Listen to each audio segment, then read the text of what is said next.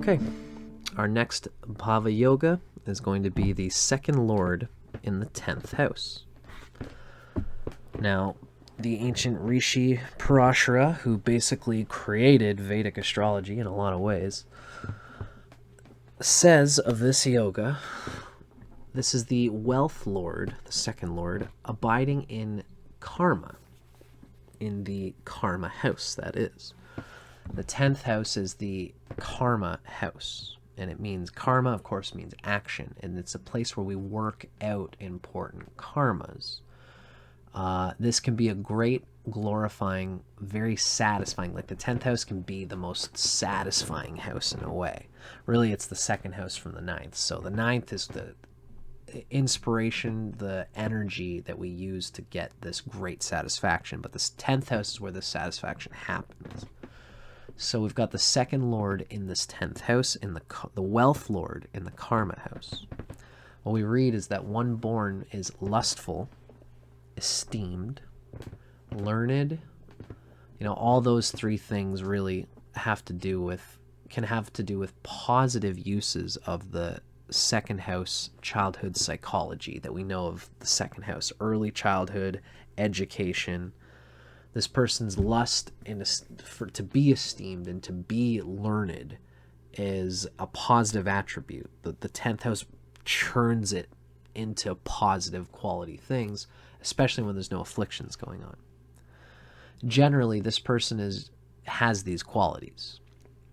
They're joined with many wives and great wealth. Remember, these were written in an old time, so many wives and wealth kind of, this is written in a time where this would be looked at as common things for wealthy people. Although happiness from children tends to be abandoned. That's an interesting thing. We could say that, maybe the 10th house is the 6th from the 5th house. You always wonder why Parashara gives these enigmatic sorts of things. But Parashara is the guy, and this is where a lot of our deepest Vedic learning comes from. So it's interesting to think about, but it certainly gives us a clue about the second lord in the 10th house. Amy Schumer is the person whose example I'm going to use. So we'll see that at the end. So this is our second lord in the 10th house, and how this is going to go depends on the placement of the second lord in the 10th house, whether there's any nasty afflictions going on.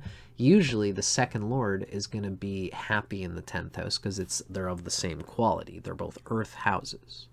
So, for whatever this is, if we're talking about a Leo rising, the second lord is going to be Mercury, which is an earth sign. So Venus falling into Taurus in the 10th house is going to be part of the earthy nature of Mercury anyway. It actually does well in Taurus in the 10th house for Leo. So it'll usually be of a good space for that planet. Not always, thinking of the example of Aries rising. No, Aries rising is okay. Yeah, well, it doesn't matter. For most points, the second lord is going to do well in the 10th house. They're going to have a mutual earthy building nature for the person. And the 10th house is this karma house that improves. It's one of the upachaya houses. It improves over time. It gets better, especially after about once you're age 36. Anything in the 10th house is going to blossom and mature because that's when Saturn matures. The 10th house has several karakas. I think it literally has 4 of them, which is outstanding compared to all the other houses. So karakas are, in Vedic astrology, these important, the planets that rule a house. And it's like an intrinsic thing. No matter what sign is in the 10th house, there's going to be, like, for example, the second house has Jupiter for a karaka. Most of them only have 1 or 2. Right? The second house has Jupiter for a karaka, which means Jupiter is going to be very important for the indications of the second lord in the 10th house. If you got a trash Jupiter, you can't expect to get the most that you can out of the second lord in the 10th house. Now, the 10th house is a unique house.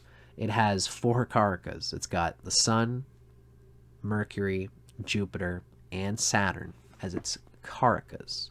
So you've really got to have these 4 planets well placed to get the most out of the 10th house. On the other hand, you've also got these other planets to help you if any of those planets are damaged in a strong way. If the Sun is really having a hard time in the chart, but if you got a good Mercury, Jupiter, and Saturn, they're going to make up for the energy of the 10th house, right? So all those 4 planets, especially Jupiter. Jupiter is an important one because it's a karaka for the second house and the 10th house. These are all going to play into a part of how well we expect this yoga to produce good fruit. Generally speaking, if there's the second is going into the 10th and everything is going well and there's no bad afflictions or anything like that, then you can expect obviously the good qualities. So what we're going to read here is The Art and Science of Vedic Astrology by Ryan Kirksack and Richard Fish. These guys give us positive and negative indications of every yoga that's possible through the Bhava yogas. It's a wonderful textbook resource. Highly recommend it because this is a huge part of Vedic astrology, especially if you got Rahu, Ketu, the Swamsha, the Atmakaraka, the rising sign lord moving through the second house or the 10th house or their lords in any way, then this second lord in the 10th house is going to be an important reading, an extra important reading. This book is full of all of these yogas, so it's a great resource. Now, the guys in this book, they mention positive indications and negative indications, and they're complete opposites. You know, you might hear in one spot that this person is respected in their career. Their reputation supports their finances. That's if things are going well. And then the opposite is that this person does not get respect in their career, that they struggle in career and their resources struggle as a result. Now, these are completely opposite. Most people are going to be a mixture of both. You're not going to have purely good things happening with the 9th lord in the 10th house. If you do, even if you do, you should still look at the negative implications, because these are pratfalls that are that can always happen even with a good situation there, that you should just be wary of. And B, you might have afflictions. You know, you as an astrologer might still be learning about the process of astrologers. There's lots out there. So you might have an affliction that you don't even realize. And by reading about the negative things in this yoga, you go, oh, I should be paying attention to that, right? So let's dig through it. First, let's read about the positive indications of having the second lord in the 10th house. So remember, the second house really is going to be, whatever indications are there, it's going to be usually based on what happened to you in your early childhood, the attitudes that you have. You know, Jupiter is the karaka of the second house, and it resonates with Taurus. Like, it's an emotional attitude that you carry from the abundance that your parents could stabilize for you and shower you with and make you feel like there's no faking it. If a person had wealth and a wealth of love and emotional security when they were young, they don't have to try to keep it when they're older, right? So the second house is very important. It's foundational to our emotional and erotic and financial savvy and psyche, that abundance mindset. So when things are going well for the second lord in the 10th with no afflictions, the person's respected in their vocation. Then their reputation in their field supports their finances. You know, this is people who get grants for their incredible capacity to do this particular thing. You know, it's like the Albert Einsteins who become geniuses, get really well known for their high marks or their genius inventions, and this gets a reputation that will, you know, people will say, hey man, you know, I'll feed you, I'll do your room and board if you just keep making these genius inventions. You know, like, here's $1,000 every 2 weeks or something like that, right? This person works with money or valuable items and materials. This person understands what it takes to make money and then does it. in their particular field, but also just in general. There is a knowledge and a science and an understanding that revolves around money and finances, and it can be learned about. It's different in every culture, every nation, but overall, the way money works is a Taurus thing. It's as ancient as everything that the sun has risen over. This person may be a professional speaker. The second house relates with the voice, and there it's in the 10th house where things are professionalized, right? This person might be good at training beginners. Second lord, early childhood education in the 10th house of being good at something. This person may work with food or in the restaurant business. That's a second house thing in the 10th. This person speaks about early childhood, and they have a powerful and influential voice. The influence of again, that's the second lord in the influential 10th house, right? This person works at the top of their field. They have a good sense of initiative. They may work in speculative investments, second house money, bullion, Taurus-y stuff. This person helps others improve their appearance. That's the second house of the face, of beauty, in the Venusian resonance with the second house, is being propped up in the 10th house of a profession. This person's always up to date with latest developments in one's field. They're skilled with the opposite sex. That's a second house, early childhood, going through puberty and learning the capacity to be to operate well with the opposite sex. Or really, these days we could just say partners that one would be interested in, right? This person is highly educated and excellent at self-promotion, at advocating for themselves. They know what their knowledge is, they know what their value is, and they know how to proffer it, to not hide from it, to show the world that this value that they have can be used in a professional way to help you and to make your life better. And here's how, right? The high education comes from just the second lord, which, remember, one of the wealths that the second lord gets with early childhood, like childhood is a time of learning, and it's about educating ourselves. And one of the knowledge is wealth in a way. It's also power, because knowledge is power, but knowledge is a wealth that you can love to gain.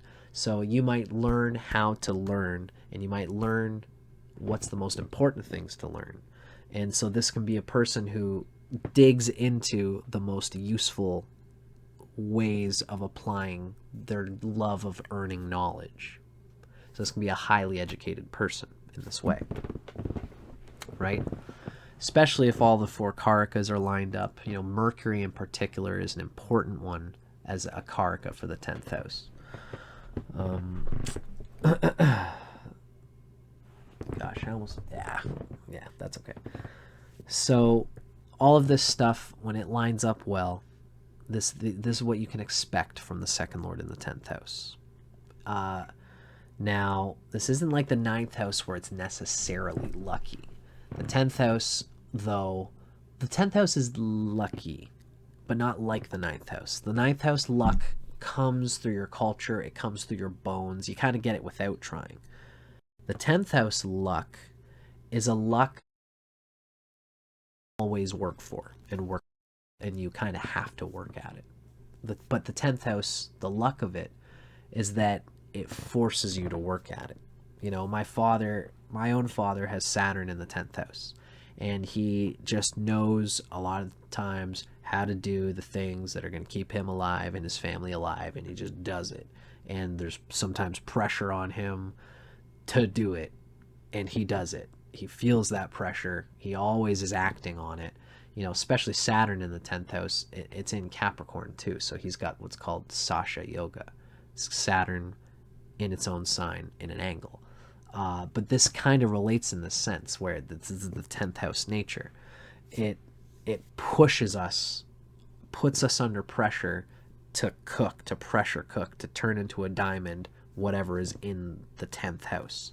So even when it's really, really afflicted, you're still working out karma with the planets in the 10th, right? But afflictions do happen, especially if Sun, Mercury, Jupiter, and Saturn are all rather having difficulty in getting dinged in the chart. And there is afflictions in this 10th house, whatever that 10th lord is, right? Just I like to use and digging for examples. Like, let's say we have Libra rising, and we have, what would not do? Yeah, the sun in the 10th house. The sun likes to be in the 10th house rather than the 4th house. It gains directional strength in the 10th house, but it's starved by Saturn in Capricorn. So let's say the sun is with Saturn in Capricorn. That Saturn's very strong, and it's really punching out. It's strong in its own sign, and the sun is weak. It's Capricorn's in its own zone, so Capricorn's winning this little fight between the two of them. Let's say Venus is there too. So Venus starves the sun, although Venus is a benefic. Venus can bring good things and bad things in that situation. But the point is that there would definitely be affliction to that second lord in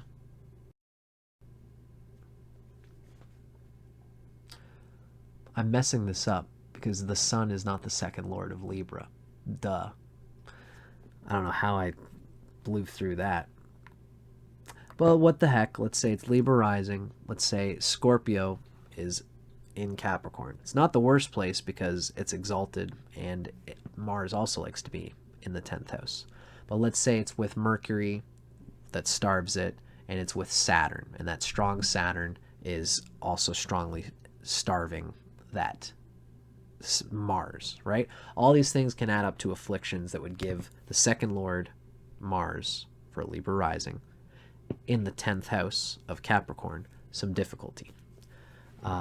Still not a bad place because it's exalted, but I digress. If these afflictions are here, we can expect the negative influences to particularly come out, and this is what we're speaking to here.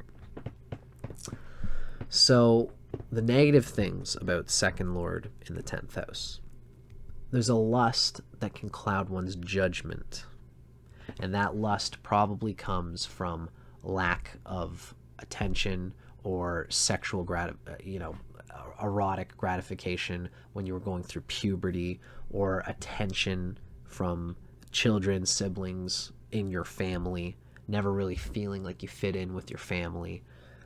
So there's a lust that comes through the second lord, and in the 10th house, this clouds the judgment. This can make a person a workaholic, can cause them to have a poor reputation, which hampers their work and financial prospects. They're not good with self-promotion because they lack the self-esteem. They try too hard to get ahead.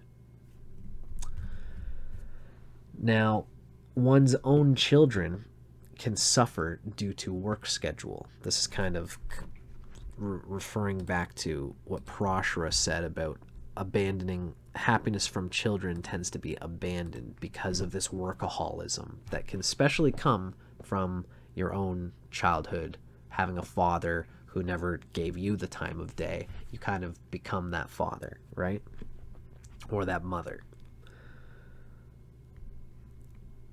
This person can come to feel frustrated with their lack of accomplishment or success.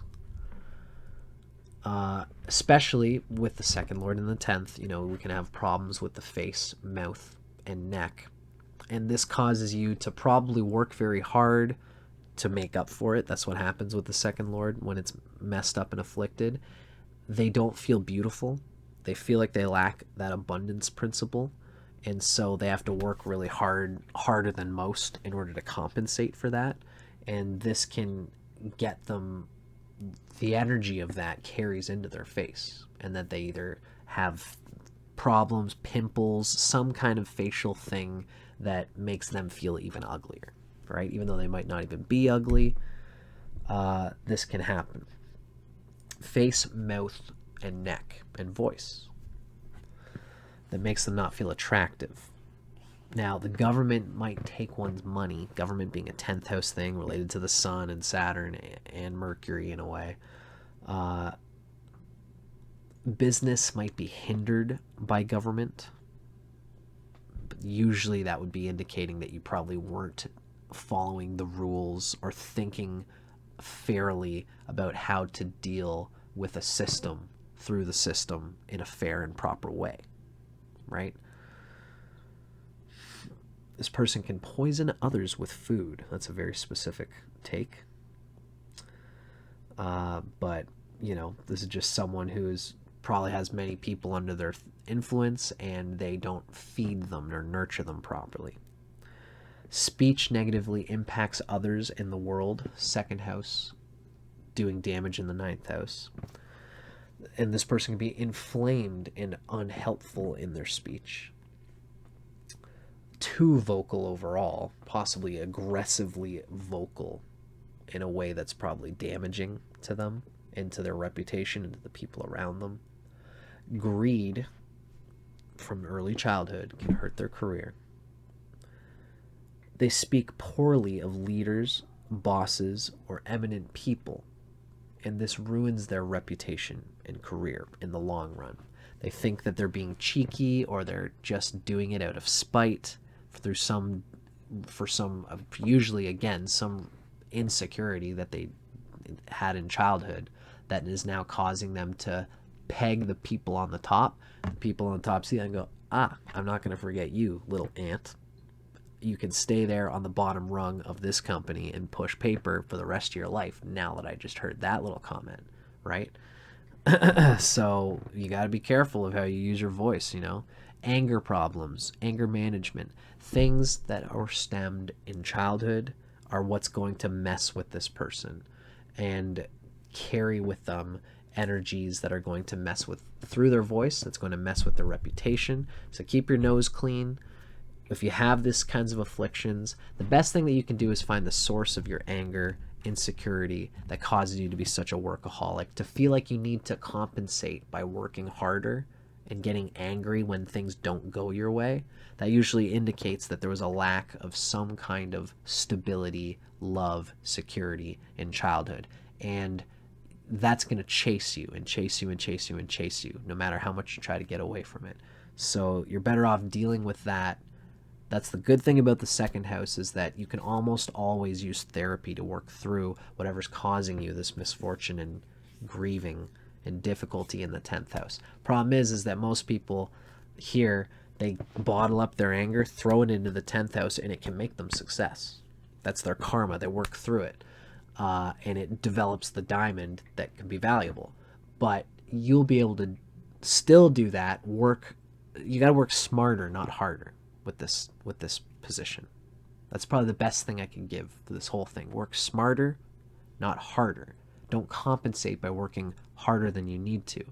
Develop self-realization. Work out the anger and all the stupid things that were blocking your highest purposes, and then go for your highest purposes, because you deserve it.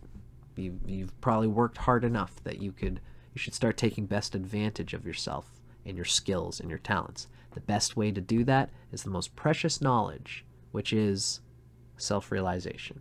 If you can work out the things inside yourself, like a tree whose leaves come from the central stalk, if you work out the central stalk, all the little leaves are going to work in much better unison and functionality.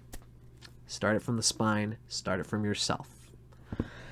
The example I've given for this reading is, like I said, Amy Schumer, who I don't even know that much about. She was just the person who I wanted to show here.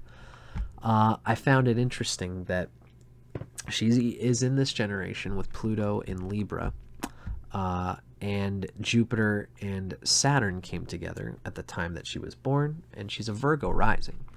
Now the second lord, which is carrying this Jupiter, Saturn, and Pluto, very interesting reading. Kind of sucks for the Jupiter, but Saturn, they're both in the Navamsha of Libra. So that Saturn is in Libra, and it's Vargatama, and it's being uppitied by Pluto. So the Pluto energy is working through the second house.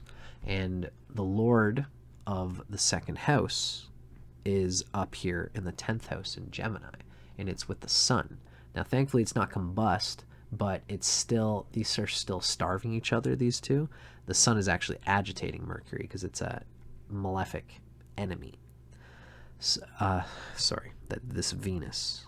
The sun is agitating this Venus, and that is definitely agitating everything happening in that second house. So it's funny, Amy Schumer sort of has, like, what we could see is some of that anger, that sarcasm, that dry wit that seems to, you know, like, you can see it in her energy, but people actually, it's Venus, and people still love it. People still admire that energy kind of coming through in the way that she wrangles it. So she works through it, not necessarily against it, but I don't know. I don't know her personally in her personal life, but she always plays that alcoholic woman who's just like, you know, like she's in the plane in that one movie and she's like, "Hi, can I get a real bottle of vodka? I'm an alcoholic, not a Barbie doll." You know, like those characters she tends to play, I think kind of comes through here. That's partly why I wanted to show a bit of that example. So thanks for watching, folks. I'm Dustin Cormier. See you guys on the next one.